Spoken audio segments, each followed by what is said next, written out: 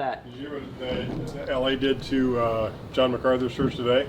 What happened today? They've been renting the city parking lot for 40 years, and they withdrew that Lease. Yeah, and so evidently they have a building with some stuff stored in it. They got 30 days to get out.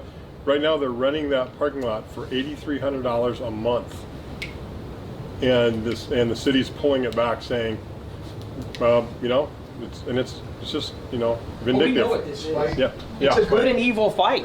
Yeah. It's a good and evil fight. It's not Republican or Democrat or liberal or conservative. No, it's good and evil. Good versus bad. It's just coming to the surface.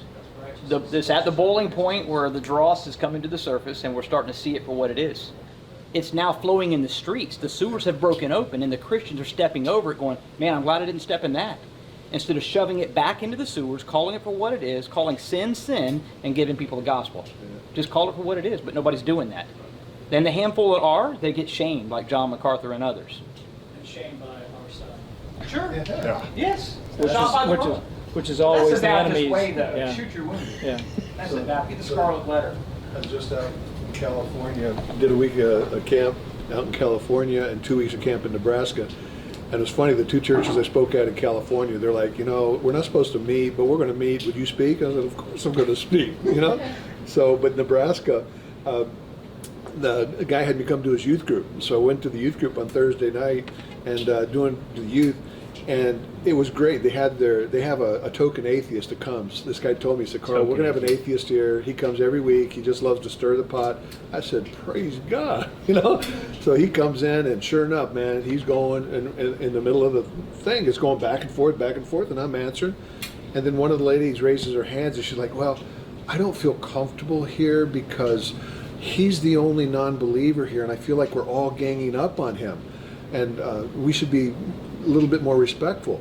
And I said, "Ma'am, I totally disagree with you." I said, and I asked him point blank, I said, "Have I been disrespectful to you?" "No." I said, "Have you got your opinion?" "Yes." "Have you been free to give it?" "Yes." "Have I had mine?" "Yes." "Have I been free to give it?" "Yes."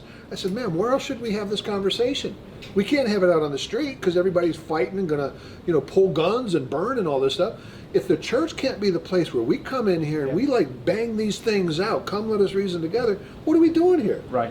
And it was so funny, man. It just like switched everything, and it was really good. Set the tone. It set the tone, and so we were going the whole rest of the time. And at the end of it, the pastor came to me. He says, "Carl, I'm so sorry. I was so embarrassed because here is a sister in the Lord, and she's calling you out instead of calling this guy out who's mocking Jesus Christ. She's afraid to call him out." Yep. And I'm like, that's where we're at in culture. Yep. Unfortunately, the church is afraid. Cancel culture.